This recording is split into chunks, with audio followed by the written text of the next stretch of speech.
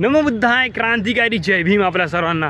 मित्रांनो, सर्वप्रथम आपल्या सर्वांना येणाऱ्या 68व्या धम्मचक्र प्रवर्तन दिवसच्या खूप खूप शुभेच्छा. मित्रांनो, आज आपण नागपूरच्या पवित्र दीक्षाभूमीवर आलेलो आहे. तसे आपण डेली आणि लाईव्ह अपडेट्स आपल्यापर्यंत पोहोचवण्याचा मी प्रयत्न करतो आहे. मात्र आजचा जो अपडेट आहे हा एकदम एक्सक्लुझिव्ह असणार आहे. आय थॉट याच्यावर व्हिडिओज आले असतील, आपण थोडा उशीर केलेला असेल. मात्र आता काय अपडेट आहे मी तुम्हाला संपूर्ण दाखवतो. पण आजच्या व्हिडिओमध्ये आपण हे बघणार आहोत की परमपूज्य डॉक्टर बाबासाहेब आंबेडकरांनी नागपूरच्या पवित्र दीक्षाभूमीवर धम्मदीक्षा घेतली. मात्र ती कोणती जागा होती हे आजच्या व्हिडिओमध्ये मी तुम्हाला दाखवणार आहे. चला तर मग व्हिडिओला सुरुवात करूया. व्हिडिओला लाईक करा, चॅनलला सबस्क्राईब करा आणि हा व्हिडिओ आपल्या मित्रांसोबत शेअर पण करा. चला बघूया. तर मित्रांनो, सर्वप्रथम आपण आता आलेलो आहे लक्ष्मीनगर साईडनी जो एंट्री गेट आहे त्या जागेवरून. जसं की तुम्ही बघू शकता इथे की इथून संपूर्ण एंट्री आहे. दरवर्षी आपल्याला माहिती आहे की इथून टू वे असते, पण मात्र आता जे दीक्षाभूमीचं आंदोलन झालं त्यामुळे आता सध्या फक्त एकच एंट्री गेट ठेवलेलं आहे, जे की तुम्ही ते बॅरिकेड्स बघू शकता. त्याच्या माध्यमातून इथून संपूर्ण आपण इथून जाणार आहे आणि आपण नागपूरच्या पवित्र दीक्षाभूमीमध्ये इथून एंट्री करणार आहे, बरोबर. त्याच्यानंतर आपण जर बघितलं तर या गेटनी एंट्री करणार आणि हा जो गेट आहे इकडचा मागचा, या गेटनी इथून एक्झिट असते. आणि हा जो मागचा जो गेट गेलेला आहे हा असतो VIP गेट. याच्यातून म्हणजे VIP लोक वगैरे इथून येत असतात, बरोबर. आणि याच प्रकारे आता जर आपण इथे बघितलं तर हा संपूर्ण असा ग्राउंड आहे जिथे नागपूरच्या पवित्र दीक्षाभूमीवर जे बौद्ध अनुयायी येत असतात ती लोक इथे आपला निवास करत असतात या ओपन पटांगणामध्ये, बरोबर. इथे काही आता आपल्याला एवढं काही पुस्तकाची प्रदर्शनी नसते. पुस्तकाची जी प्रदर्शनी असते ना मित्रांनो, ती त्या साईडला असते, बरोबर. आता अशा प्रकारची इथे पूर्ण तयारी चालू आहे. मात्र आता तुम्हा सर्वांना एक प्रश्न पडलेला असेल की जो मी सुरुवातीला तुम्हाला सांगितलं होतं की परमपूज्य डॉक्टर बाबासाहेब आंबेडकरांनी धम्मदीक्षा कोणत्या जागेवर घेतली होती, ती जागा आपल्याला बघायची आहे आणि त्या जागेवर मी जातो आहे.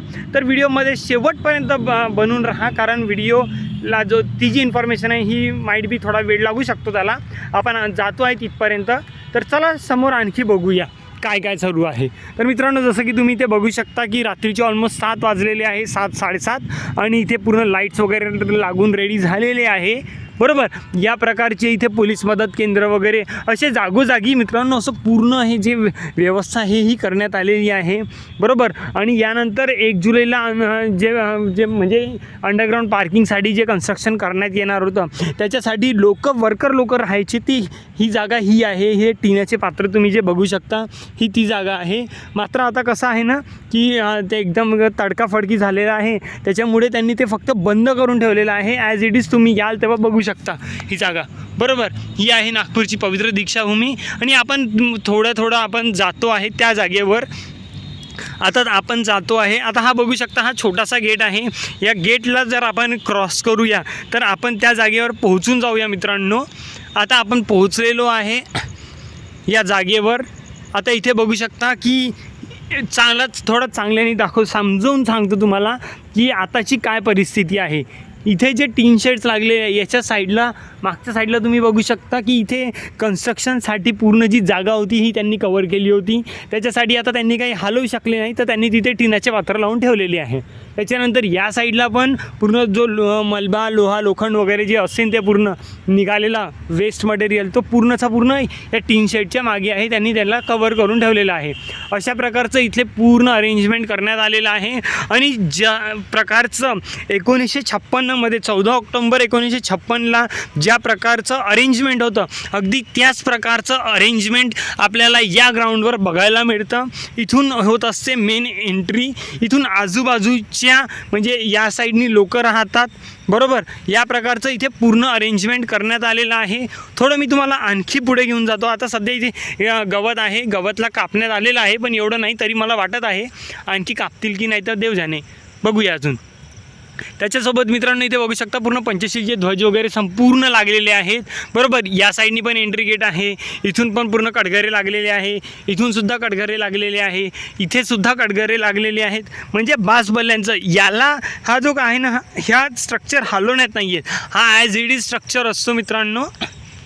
मित्रांनो, ही जी जागा आहे जी तुम्ही बघत आहे, इथे पूर्ण स्टेज बनवण्यात आलेला आहे, ट्रस वगैरे लावण्यात आलेला आहे.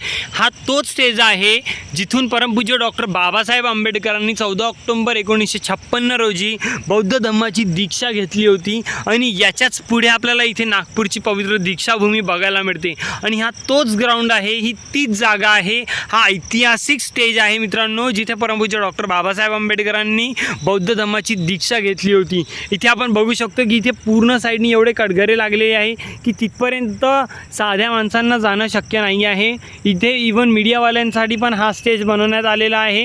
आणि जेव्हा म्हणजे दीक्षाभूमीच्या डेव्हलपमेंटचा प्रोजेक्ट आला होता, त्याच्यामध्ये सुद्धा या स्टेजला बनवण्याचं काम आलं होतं त्याच्यामध्ये. आणि याच्यामध्ये 14 ऑक्टोबर 1956चा ती प्रतिकृती इथे दाखवण्याचा ते प्रयत्न करत होते. मात्र यालासुद्धा आता सध्या स्थगिती आलेली आहे. जसं की तुम्ही इथे बघू शकता, झूम करू की आपण याच्यामध्ये कॉलम्स जे आहे याचं काम अर्धवट झालेलं होतं आणि त्याला सोडून दिलं तसंच, बरोबर. अशा प्रकारचं ही पूर्ण तयारी इथे झालेली आहे. आणि मित्रांनो, ही तीच जागा आहे जिथे परमपूज्य डॉक्टर बाबासाहेब आंबेडकरांनी 1956 रोजी बौद्ध धम्माची दीक्षा घेतली होती आपल्या 5 लाख बौद्ध अनुयायांसोबत. तर मित्रांनो, तुम्हाला हा व्हिडिओ कसा वाटला आणि हा व्हिडिओ आपण कोणत्या शहरातून बघित आहे हे आम्हाला कमेंट सेक्शनमध्ये नक्की सांगा. भेटूया पुढच्या व्हिडिओमध्ये. त्यापर्यंत आपल्या सर्वांना नमो बुद्धाय. क्रांतिकारी जय भीम.